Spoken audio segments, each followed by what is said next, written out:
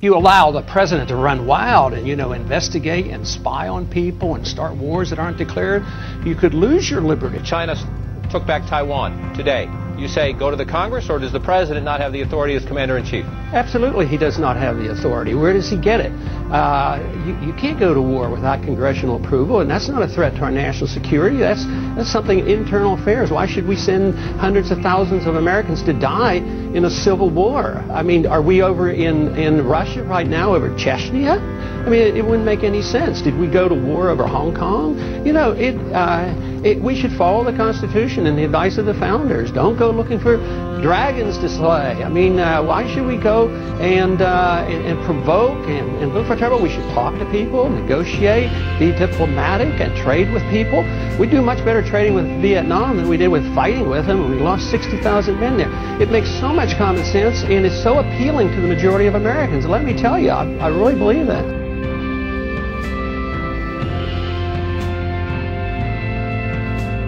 Absolutely opposed to a national ID card. This is a total contradiction of what a free society is all about. The purpose of government is to protect the secrecy and the privacy of all individuals, not the secrecy of government. We don't need a national ID card. I would work very hard to protect the privacy of American citizens, being very, very cautious about warrantless searches, and I would guarantee that I would never abuse habeas corpus. I hope you can come on regularly just for a tutorial on what it means to be free, Dr. Paul. I really appreciate your coming on. It was a great explanation. Thank you. Thank you very much. Congressman Paul, what's the most pressing moral issue in the United States right now? I think it is the acceptance just recently that we now promote preemptive war. I do not believe that's part of the American tradition.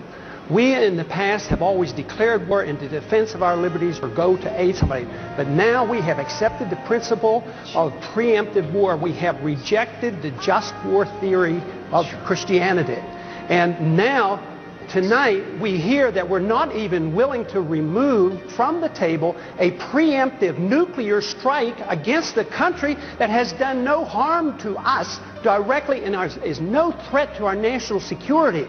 I mean, we have to come to our senses about this issue of war and preemption and go back to traditions and our Constitution and defend our liberties and defend our rights, but not to think that we can change the world by force of arms and to start war. We succumb to the temptation to protect oil interests by literally going out and fighting wars over oil. We have a lot of goodness in this country, and we should promote it, but never through the barrel of a gun. We should do it by setting good standards, motivating people, and have them want to emulate us. But you can't enforce our goodness like the neocons preach with an armed force. It doesn't work. Woodrow Wilson was telling us about that in promoting democracy a long time ago. It doesn't work, and we have to admit it.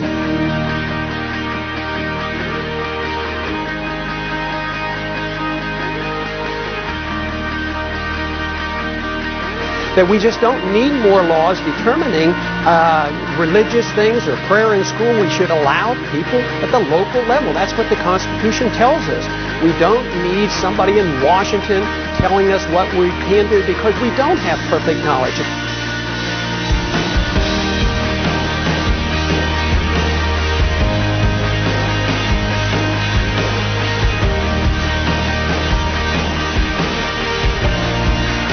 We don't get our rights because we're gays or women or minorities.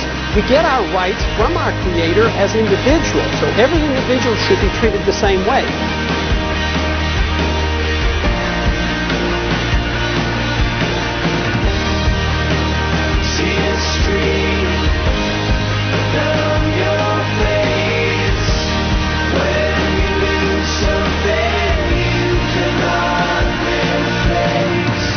If America was a smarter country, wouldn't you be leading in the polls? I would introduce this novel idea that we ought to follow the Constitution. There are still a few Americans that believe in it. A humble foreign policy, no nation building, don't police the world. The purpose of government is to protect the secrecy and the privacy of all individuals, not the secrecy of government.